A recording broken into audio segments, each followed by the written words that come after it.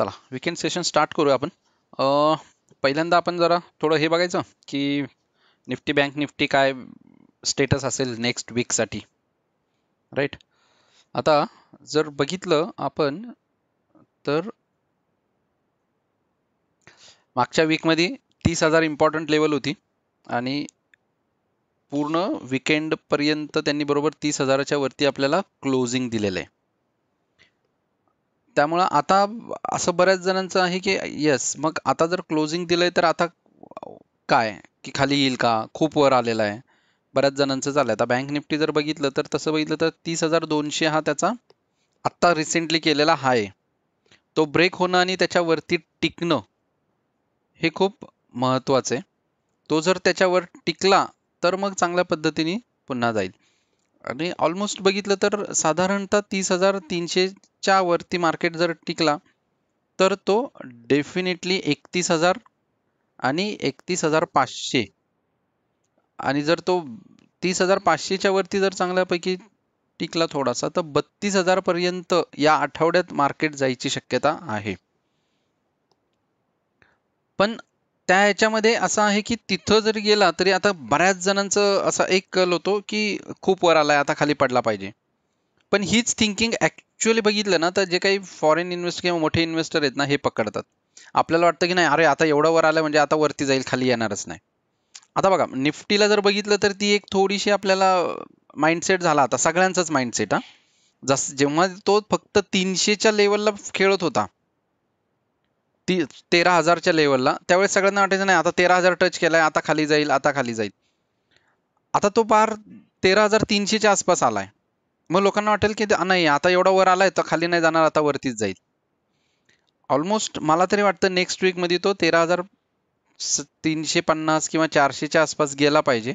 मग सगळ्यांना वाटणार आता 13,500 वरती जाईल आणि तिथं तो थोडासा चकवा देईल आणि मग खाली आला पाहिजे असं वाटतं. आणि ऑलमोस्ट माझ्या माहितीप्रमाणे तरी आता 11,500 पर्यंत मार्केट खाली आलं पाहिजे, म्हणजे निफ्टी तेवढं तरी रिट्रेसमेंट आता त्यांनी ऍक्च्युली द्यायला पाहिजे. खूप वर आलेला आहे तो, त्यामुळे तेवढी थोडीशी रिट्रेसमेंट बाकी आहे, जर दिली तर चांगलं आहे. आणि अजून एक आहे की इथे जो काही शार्प एज आहे 11,000 ते 12,000चा शार्प आलाय, त्याच्यानंतर तो कन्सोलिडेट केलेला आहे इथं टाइम वाईज करेक्शन, आणि त्यानंतर मग आता आहे की हा करेक्शन होऊन पुन्हा आता वर पण जाऊ शकतो. म्हणजे दोन्ही गोष्टी आहेत.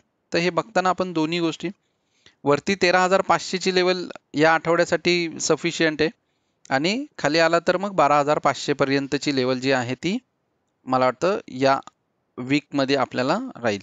जर 13,500च्या आसपास 300-350च्या वर गेला तर मग मात्र 13,000 हा सपोर्ट राहील या पूर्ण वीक साठी आपल्याला निफ्टी कडून, राईट. तर साधारणतः असं आहे. लास्ट वीक मध्ये आपण स्टॉक्स पण बघितले होते काही आयटीसी वगैरे, राईट. आयटीसी पाहिला होता ना आपल्याला, आपण त्याचं बघितलं होतं की 210च्या वर जर तो गेला तर मग मात्र आपल्याला चांगल्या पद्धतीने ब्रेकआउट आहे, आणि तो अजूनही तिथंच आहे. ब्रेकआउट काय अजून त्यांनी ब्रेक केलेला नाही. हा जो वरती आपल्याला रेजिस्टन्स आहे मार्केट वरती जाऊन खाली आलेला आहे, तर हा साधारणतः आता हा वरती इथं होल्ड करतोय तो अजून पण. आणि खाली जर बघितलं तर हा एक कंजंक्शन झोन आहे, आणि हा जर ब्रेक झाला तर खाली, वरती आला तर वरती, राईट. रिलायन्स पण बघितला होता, आपण म्हणलं होतं की 2,000च्या वरती जर तो गेला तर बाईंग चांगल्या पद्धतीने आपल्याला मिळेल, अन्यथा नाही. पूर्ण आठवडा बघितला तर तो त्याच रेंजला आहे. मागच्या आठवड्यात जेव्हा आपण बघितलं तर तो तिथं होता, तिथंच आत्ता सुद्धा अजून पण आहे. त्यामुळे पण हे 2,000चे लेवल जर तो वर आला तर चांगल्या पद्धतीने एक त्याला बाईंग ऑपॉर्च्युनिटी तिथे आपली क्रिएट होईल, राईट. तर चलो या आठवड्यात काय करायचं, कुठले स्टॉक्स घ्यायचं काही सांगाल, म्हणजे मग त्यावर आपण थोडंसं बोलूया.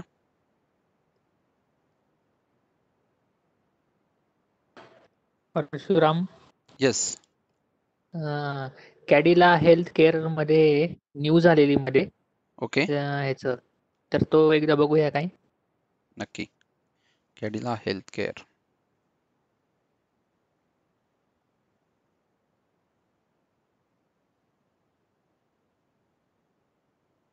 आता कॅडीला जर बघितलं ना तर हा बराचसा वर आलेला आहे.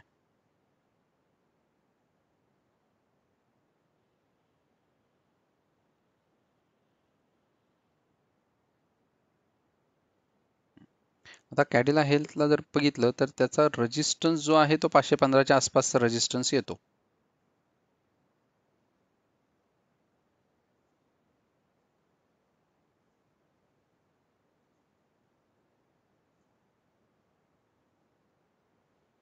तर त्याचा जो काय आहे 515 516च्या आसपास त्याला रेजिस्टन्स आहे आणि वरती अजून पण आहे की जो त्याचा ऑलमोस्ट लाईफ टाईम हाय आहे 558.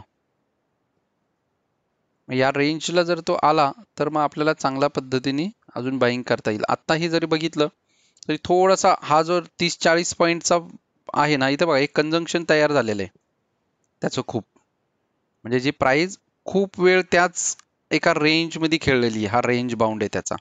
मग हा रेंज बाउंड जर एकदाचा इथे जर हा क्रॉस केला आत्ताच्या रिसेंटमध्ये, मग मात्र तो डेफिनेटली चांगल्या पद्धतीने वरती जाईल. तर 500-515 क्रॉस करणं खूप गरजेचं आहे त्याच्यासाठी. आणि खाली जर आपण सपोर्ट बघितलं तर आपल्याला त्याचा पहिला सपोर्ट हा 417ला येतोय आणि एक स्ट्रॉंग सपोर्ट जो आहे त्याच्यासाठी तो येतो 405च्या आसपास. मग आता समजा 420 किंवा 450च्या आसपास जरी तो खाली आला तरी एक बाईंग ऑपॉर्च्युनिटी असेल की तिथून एक रिट्रेसमेंट देऊन तो वरती जाईल, कारण हा आता शार्प वर आलाय त्यामुळे थोडासा तो खाली येणं गरजेचं आहे आणि नंतर पुन्हा तुम्हाला तो एक चांगली इथे मुवमेंट देईल. राईट, बघा इथे देऊन तुमचा एक चांगल्या पद्धतीने तो पुन्हा असा वरती जाऊ शकेल कॅडिला मध्ये, कारण एक एक पॅटर्न आणि एक चॅनल थ्रू तो प्ले करतोय. बघा आता हे जर बघितलं तर हा एक चॅनल त्यांनी एकदम चांगला पैकी फॉर्म केलेला आहे आणि जोपर्यंत ह्या चॅनल मध्ये तो जातोय तोपर्यंत काही भीती नाही. खाली आला तरी तो त्या लेवलला येईल, वर आला तरी. आता इथे जर बघितलं तर तो अगेन वरच्या साईडलाच त्यांनी सपोर्ट्स बनवून वर गेलेला आहे, त्यामुळे त्याला डाऊनफॉलला असा जास्त चान्सेस नाहीत. वर जायला आहे, आता ब्रेकआउटलाच आला ॲक्च्युली. तर हा इथं जर त्यांनी ब्रेकआउट दिला, अदरवाईज हा खाली येईल, थोडा इथं रिट्रेसमेंट देईल आणि त्याच्यानंतर पुन्हा वरती जाऊ शकतो कॅडीला. राईट, येस, एक कोणी विचारलेलं आहे.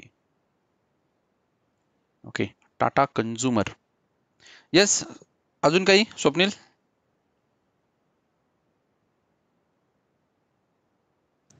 नाही.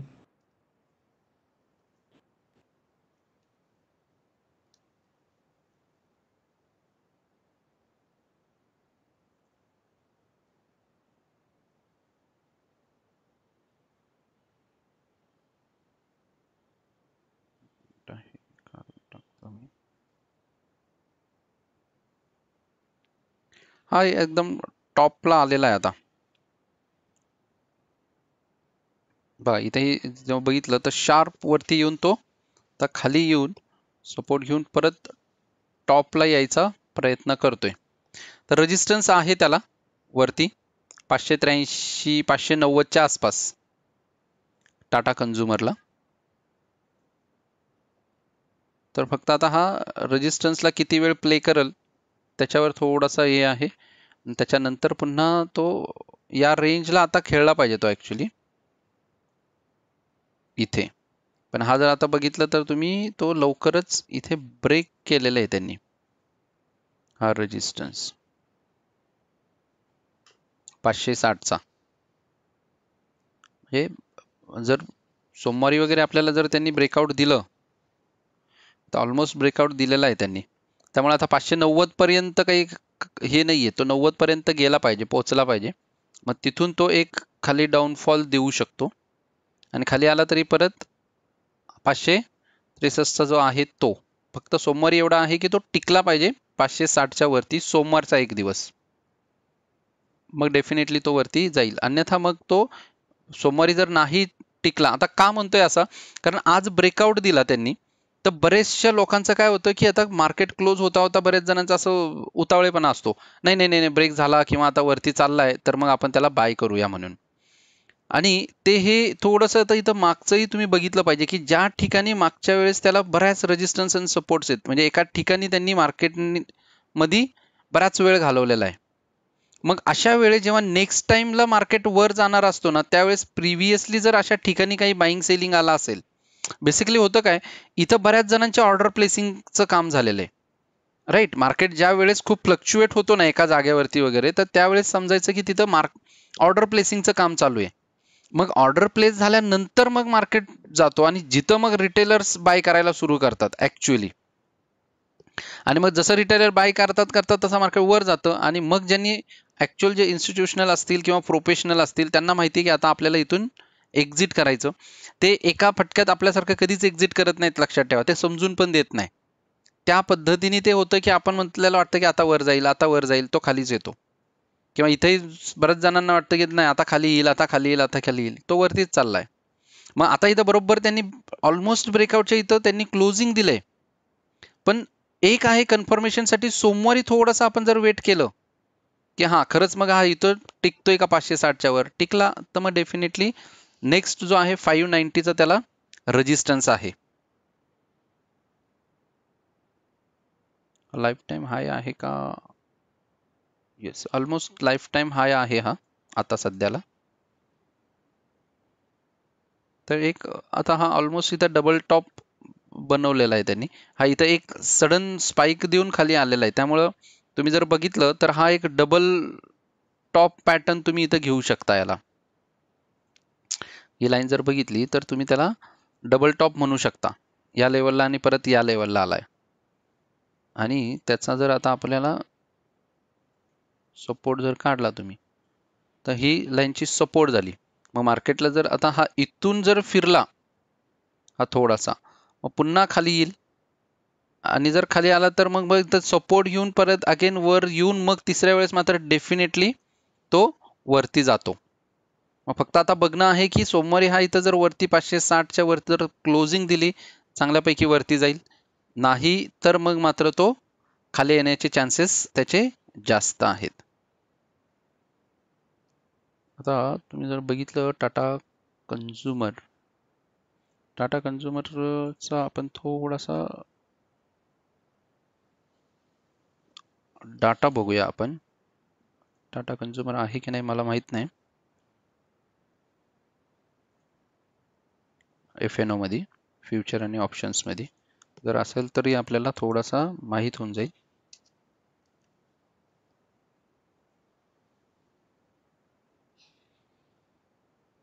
आहे ओके. जर टाटा कन्झ्युमर 31 डिसेंबरचं मी बघितलं तर साधारणतः तुम्ही जर बघितलं तर 31 लाख कॉल साईडला आहे आणि 13 लाख पुट साईडला. म्हणजे आता इथून थोडासा आता वरतीच आहे तो टॉपला, त्यामुळे ओपन इंटरेस्ट डाटा पण असा सांगतो की तो थोडा खाली यायचे चान्सेस त्याचे जास्त आहेत. मग आता पाहूया आपण कशा पद्धतीने तो पुढे, कारण जेव्हा टॉपला असतो ना त्यावेळेस दोन्ही चान्सेस हे जास्त असतात, वरचे पण आणि खालचे सुद्धा.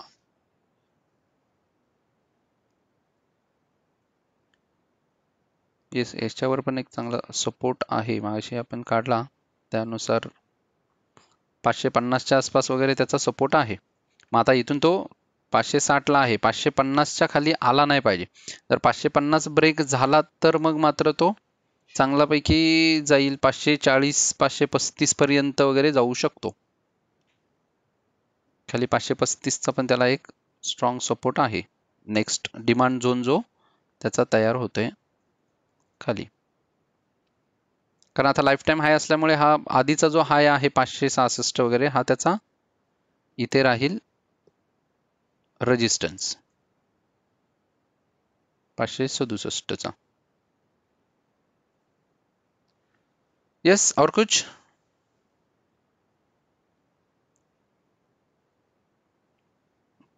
नेक्स्ट बोला, कुणी केलंय का मेसेज वगैरे काही? NCC, Coal India. Coal India. एकच मिनिट, एनसीसी एकदा बघूया आपण.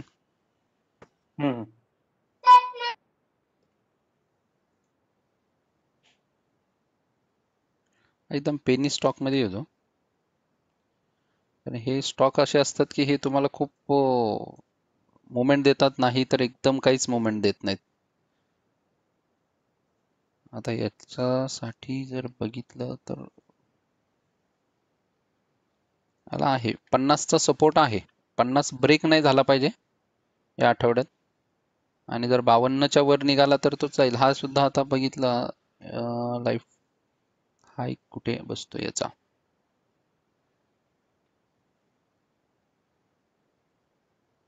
साठ पर्यंतचा त्याचा प्रॉब्लेम आहे. जर 60 जर क्रॉस झाला तर चांगल्यापैकी तो जाईल वरती. हा जो आहे हा एक कंजंक्शन पिरियड आहे त्याचा इथे. तो जर ब्रेक झाला तर ऑलमोस्ट तुमचं एवढं. पण 60 ब्रेक व्हायला त्याला जवळपास 20%ची मुवमेंट आहे तसं बघितलं. आता इथं शार्प त्यांनी फॉल दिलाय, त्यानंतर आता तो हळूहळू येऊन इथे पुन्हा शार्प अपमूव दिलेला आहे. अख्ख्या एक आठवड्यात तो बघा एका वीक मध्ये तो 43चा 51 वर आलेला आहे. 10 रुपये, 40 रुपयाला 10 रुपये, ऑलमोस्ट तो 20-30-40% वरती आलेला आहे. मग आता एक रिट्रेसमेंट इथेही बघा, डेच्या याच्यावर चार्टवर बघितलं ना तरी सुद्धा खूप शार्प वर आलेला आहे तो. त्यामुळे असं शार्प जेव्हा केव्हा मुवमेंट मिळते त्यावेळेस थोडंसं कॉशियस राहणं खूप गरजेचं असतं. कारण तिथून तो ऍक्च्युली थोडासा खाली येण्याचे पण चान्सेस असतात. इथं गॅप पण आहे बराच 49 ते 48 मध्ये. त्यामुळे तो गॅप फिल करायला पण एक खाली येऊ शकतो त्या ह्याच्यात. आणि आता मार्केट सुद्धा बघितलं तर एकदम पीकला आहे वरती. मार्केट जर खाली आला तर त्यानुसार हे स्टॉक सुद्धा थोडेसे आपल्याला मुवमेंट देतील. येस, अजून काही याच्यात विचारायचंय? नेक्स्ट आपण काय कोल इंडिया सांगितलं ना, कोणी कोल इंडिया बोलले मला वाटतं. ओके, टाटा मोटर्स मध्ये आपण मागच्या सॅटरडेलाच ऍक्च्युली हे केलं होतं डिस्कस आपण. ते इनिशियल फेजला सांगायचं राहिलं. टाटा मोटर्स एकदम आहे आता, त्याला काय असं म्हणजे हे नाहीये प्रॉब्लेम. 184 180 190च्या आसपास तो थोडासा आता खेळेल. मागच्या सॅटरडेला जेव्हा आपण बोललो त्यानुसार की 200चा त्याला रेजिस्टन्स आहे पहिला, राईट. त्यानंतर आता जो आहे तो 190च्या वरती अबोव थोडासा निघाला पाहिजे, मग चांगल्या पद्धतीने आपल्याला तो मुवमेंट देईल. आणि 200च्या वर गेला तर मग मात्र चांगला तो आपल्याला 240च्या आसपास वगैरे मुवमेंट देऊ शकतो. कारण इथं मध्ये कुठेच त्याला अडथळा नाहीये टाटा मोटर्सला. त्यामुळे आता पीकला आहे तो, उलट चांगला 140चा त्याचा जो रेजिस्टन्स होता तो ब्रेक करून त्यानंतर बघितलं तर एकदम चांगल्या पद्धतीने वरती आलेला आहे.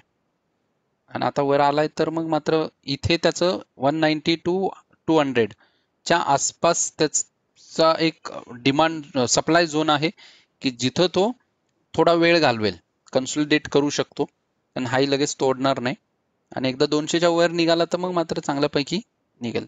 तर होप की या वीक मध्ये तो 200च्या आला, कारण त्याचे रिझल्ट पण चांगले आहेत यावेळेस. सेल्सचं जर बघितलं, दिवाळी दसरा झाला, हे झाला, त्यामुळे लोकांनी गाड्या पण घेतल्यात, चांगल्या खरेदी केलेल्या आहेत. त्यामुळे सेल्सचे नंबर पण चांगले आहेत नोव्हेंबरचे. ते थोडेसे चान्सेस आहेत की त्या याच्यामध्ये जाण्याचे, पण 200 तोडला पाहिजे ह्या वीक मध्ये, मग तो चांगला जाईल परत 240च्या आसपास वगैरे एकदम, आणि फास्ट जाईल त्यानंतर. येस, त्यानंतर मला वाटतं कोल इंडिया कोणी बोललो होतं. कोल इंडिया एक बघूया आपण. बराच आहे आता कोल इंडियाला पण ब्रेकआउट इथूनच जरी मी घेतलं, खूप छान पॅटर्न मध्ये आता हा वर चाललाय ऍक्च्युली. त्याचा फक्त एक आहे की ते म्हणजे 137 138च्या आसपास जर तो निघाला वर पहिल्यांदा तर चांगला वर जाईल, किंवा खूप सेफ तुम्हाला जर पाहिजे असेल तर 144 हा जर त्याला ब्रेकआउट जर मिळाला तर चांगल्यापैकी तो वरती जाईल, कारण हा एकदम चांगलं चॅनल बनवून त्यांनी ब्रेकआउट्स दिलेले आहेत ऍक्च्युली बघितले तर.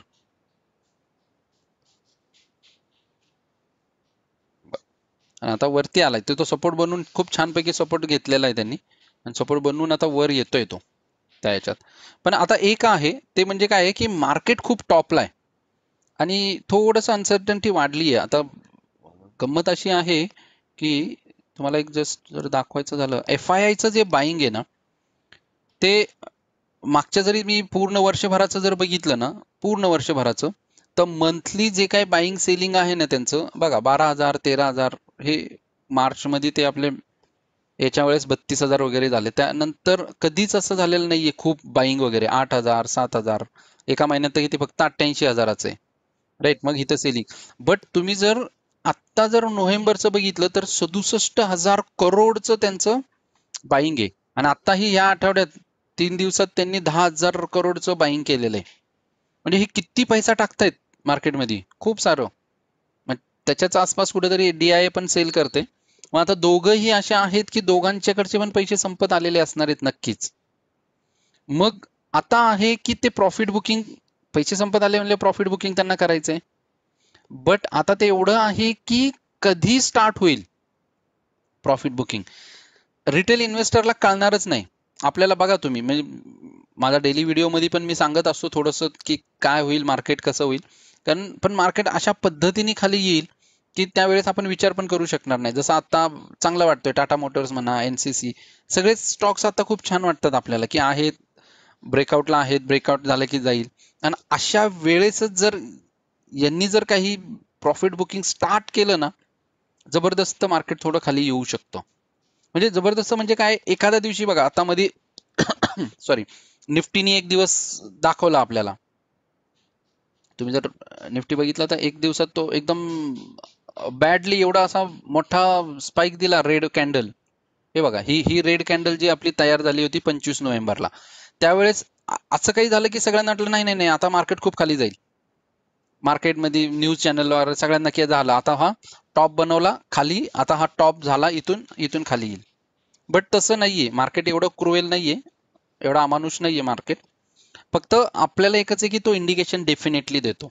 तर ते इंडिकेशन आहे, जे इंडिकेटर आहेत त्याच्यावर आपल्याला लक्ष देता आलं पाहिजे. मग इंडिकेटर काय आहे, आता बाईंग बघा ना, FIIचं एवढं बाईंग आहे. ऑब्व्हियसली आपण जर आपलं फंड टाकला तर कुठेतरी आपण प्रॉफिट बुकिंग करतो. आणि मार्केट आज जर बघितलं तर नोव्हेंबरमध्ये, फक्त नोव्हेंबर जरी बघितलं आपण, तरी नोव्हेंबर महिन्यात मार्केट एकदम अपला आलेला आहे पूर्ण. जर 11,600 वरून पार 13,280च्या वरती मार्केट आलेलं आहे. म्हणजे डेफिनेटली इथून काय झालं पाहिजे, आता थोडंसं प्रॉफिट बुकिंग आलं पाहिजे. त्यामुळे थोडेसे तुमचे काही इन्व्हेस्टमेंट असतील, हे असतील तर थोडेसे जपून, चांगल्या प्रॉफिटमध्ये असाल तुम्ही बुक करू शकता. पार्शियल क्वांटिटी बुक करा. लॉंग टर्मचा तुमचा विचार असेल तर मग काय तुम्हाला बघायची पण गरज नाही. थोडं करेक्शन तर मार्केटने दिलं पाहिजे. आणि शिवाय हा एक अजून एक वीक आहे, त्यानंतरचे शेवटचे 2 वीक ऑलमोस्ट युरोपियन कंट्रीजला सगळ्यांना सुट्ट्या असतात. त्यामुळे आपल्या इथं थोडंसं मार्केट परत शांत होईल. Yes sir. अदानी पॉवर हे खूप वॉलाटाईल आहेत. अदानी ग्रुप आहे ना, अदानी ग्रुप खूप वॉलाटाईल आहे. त्यामुळे नॉर्मली तुमच्याकडे जर असेल, तुम्ही चांगले ट्रेडर आणि चांगले हे असेल ना, बघा मी काय म्हणलं, खूप वॉलाटाईल आहे. इथेही बघा काय म्हणजे त्यांनी मुवमेंट आहे. अदानी पॉवर जर तुम्ही बघितलं तर तो आहे कुठे बघा, 40चा आलाय कुठे, 60 वर, 50%.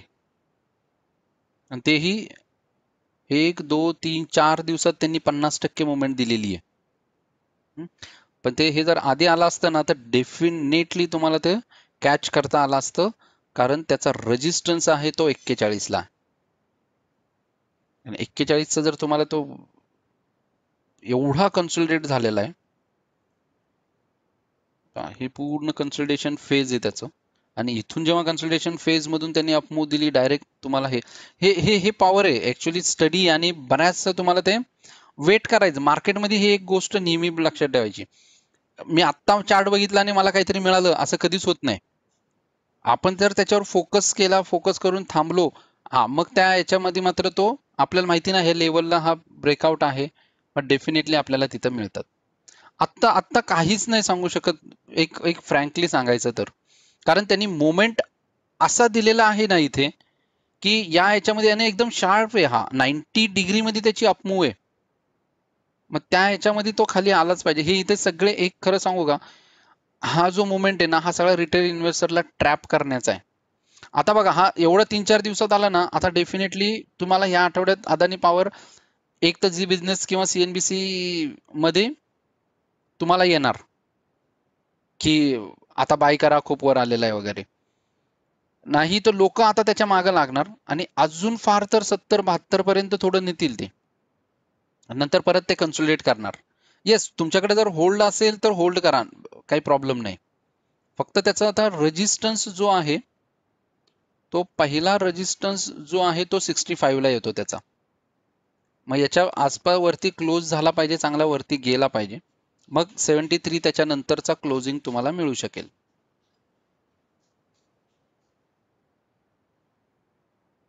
राईट. याच्यासोबत जर तुम्ही सुपर ट्रेंड किंवा मुव्हिंग ॲव्हरेजेस 50 डेजचा वगैरे जर लावलात आणि त्यानुसार जर त्याचे मुवमेंट तुम्ही ट्रॅक केलात, तुमचे short term long term investment असेल तर डेफिनेटली चांगल्यापैकी तुम्हाला ते इंडिकेशन देतात, खाली येईल आता किंवा निघालं पाहिजे का थांबलं पाहिजे वगैरे.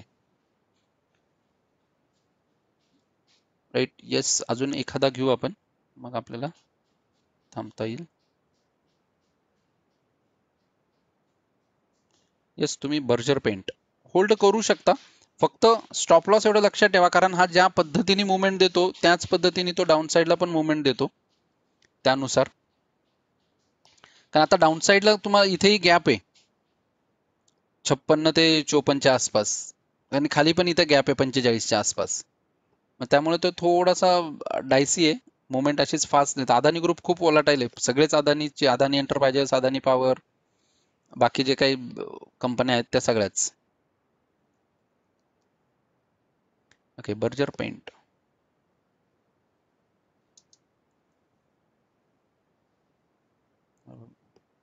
बरोबर टाकतोय का मी स्पेल? बर्जर बरोबर आहे का? बरं, बर्जर इथं घेत नाहीये. नाही, BER बरोबर ना? हा, मी तेच म्हणलं, हे का इथं भेटला. हा. येस, आता सध्या तरी एकदम चांगला आहे. 650चा त्याला सपोर्ट आहे आणि वरती अपमूव मध्ये आहे, काही प्रॉब्लेम नाहीये त्याला. 650 ते 600 ऑलमोस्ट 17, 615चा हा त्याचा डिमांड झोन आहे. आणि आता जर आपण बघितलं, नाही मंथली बघितलं का आपण, आवरली चार्टवर येतो, एकच मिनिट. अरे खाली आहे त्याचं पूर्ण 650च्या आसपास. बघा इथे हा पूर्ण झोन आहे, ब्रेकआउट दिलाय त्याने ऍक्च्युली आता.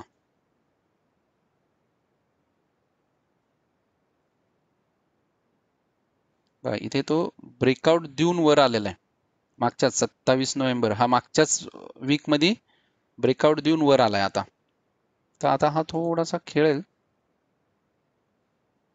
इथे एक टॉप आहे त्याचा 671चा, एकदा जाऊन वर आलाय, त्यामुळे आता हा वरती जाणे, या वीक मध्ये जाईल, 700 पर्यंत जाण्याचे चान्सेस आहेत बर्जरचे.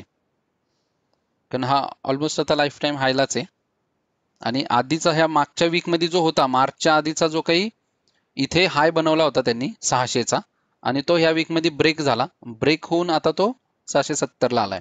आता जे काय आहे तो हाय बनवतच जाईल जसं आहे. थोडं थोडं थोडं तो रिट्रेसमेंट देईल आणि वर जाईल, रिट्रेसमेंट देईल आणि वर जाईल. म्हणजे इथे जर तुम्ही बघितलं तर बघा, क्लिअर आणि व्यवस्थित तो डाऊ थेरी फॉलो करत चाललाय. वर गेला, हायर लो बनवत बनवत बनवत आणि हायर हाय बनवत तो चाललेला आहे. मग हा असाच आता, हे अशाच पद्धतीचा याचा पॅटर्न राहिला पाहिजे. त्यामुळे 738 742च्या आसपास त्याचा सपोर्ट आहे. हे लास्ट वीक मध्ये मी काढलं होतं. जाईल तो आता वरती.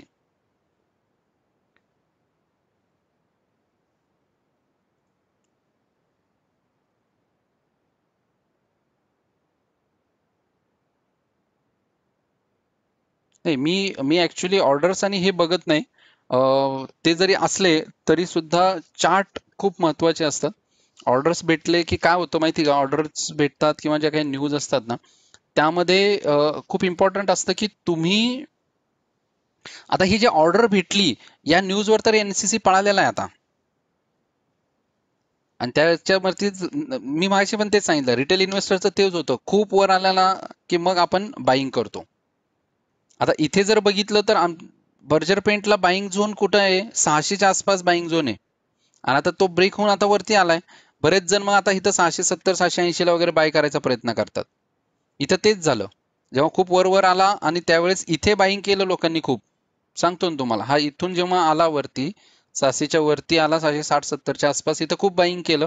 त्यानंतर मार्केटने अशा काही इतर रिट्रेसमेंट फसवलं, इथं सगळे रिटेल इन्व्हेस्टर परत बाहेर पडले 630 640च्या आसपास, आणि आता पुन्हा त्यांनी अपमूव दिली. मग प्रिव्हियस हाय जर ब्रेक होऊन आता हा वर निघाला, मग मात्र वरती येतो. त्यामुळे हे बघणं खूप गरजेचं आहे, राईट. चालेल, आजच्यासाठी एवढं पुरेसं आहे. अजून अजून कोणाला काही एखादा डाऊट असेल तर विचारा, मग थांबता येईल. हा, आज हे इम्पॉर्टंट आहे ते म्हणजे काय, की आपण ज्या काही अनालिसिस किंवा हे बघतो हे एज्युकेशनल पर्पज आहेत. इन्व्हेस्टमेंटच्या जे काही रिस्पॉन्सिबिलिटी असेल हे तुम्ही स्वतःचा स्टडी करून त्याच्यात घ्या. फक्त तुमच्या स्टडीला हेल्प व्हावं म्हणून मी हा वीकेंड सेशन घेतो, right. Yes sir, welcome. Okay, no more question. चालेल, थांबूयात आज. Thank you very much. पुन्हा नेक्स्ट सेशनला भेटूयात. अजून काही सजेशन असेल ना तुमचं ते पण सांगा. म्हणजे आपल्याला काही ऍड करायचं असेल किंवा अजून काही डिस्कशनला आपल्याला वेगळं काही घ्यायचं वगैरे असेल तर घेऊया, डेफिनेटली, नो प्रॉब्लेम. मग त्या ह्याच्यात मग मी पण ऍड करत राहीन काही ना काही. म्हणजे कसं होईल, फक्त आता स्टॉकचं काढलं की मग त्या ह्याच्यात अजून काही आपल्याला हवा असेल तर त्या ह्याच्यामध्ये आपण जाऊयात, डिस्कशन वगैरे, मग छान होईल. फक्त इंटरॅक्शन जर तुमचं पण जास्त असेल ना, मग ते एकदम बेटर राहतं. आपण 2 वे कन्व्हर्सेशन घेतो आपण. बऱ्याच जणांचं असं नाही की फक्त तुम्ही या आणि जॉईन व्हा आणि काहीतरी मेसेज करा, असं काही नाही. तुमच्याकडे पण काही शेअरिंग असेल तरी सुद्धा तुम्ही करू शकता. तुमचं पण नॉलेज आहे, माझंही आहे, आणि आपल्या सगळ्यांसोबत शेअरिंग होणं महत्वाचं आहे, करेक्ट. चालेल, याच थॉटने थांबूयात आज. भेटूया नेक्स्ट सेशनला. Thank you very much. Thank you sir. Yes, thank you. Enjoy weekend. Thank you. Welcome. चलो, क्लोज करतोय मी मीटिंग.